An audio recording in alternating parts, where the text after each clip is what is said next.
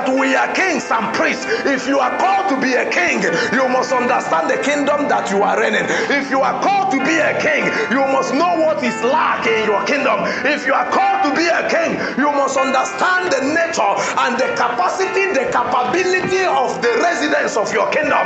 You can never be a king and you do not know who and who that operates in the kingdom where you reside.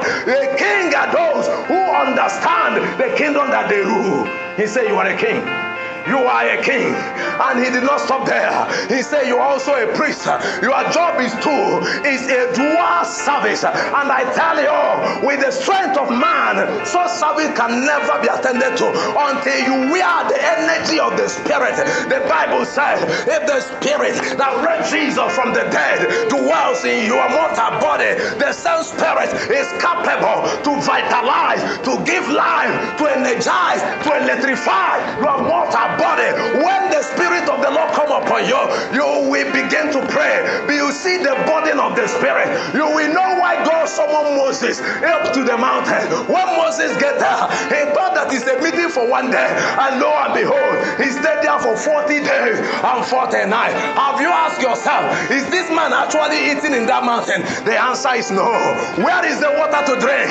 There is no water. But a man that is summoned by the invisible will be sustained by the invisible. But until you are sent to the mountains of God, you can never get the light of God. The Bible said, greater light has come upon the face of the earth. If we receive Jesus, we receive a greater light. The Bible said, the land of Zebulun, the land of Naphtali, by the way of the sea beyond Jordan, Galilee of the Gentiles, them that sat in darkness have seen a great light. If you make your way to the mountains of God, you will have a rub of the light of God. When you come down, you come with solution. When you come down with the will and the purpose of God. Could that be the same reason when Moses was coming down? He was coming down with the 10 words of God written in a tablet of stone with the finger of Yahweh. I don't know whether you have run up to the mountain and have encounter.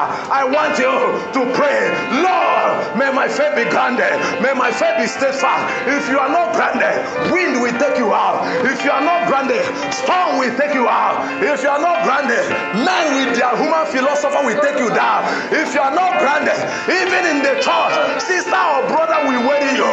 But I want to tell you, the Bible says, if you grow weary walking with men on foot, what shall you do when you walk with men on horseback? The Bible says, let them wait upon the Lord. They shall renew their strength. They shall mount up with wings as eagle. They shall run and not weary, and they shall walk and not faint. The power to run and not weary, the power to walk and not faint is upon the altar.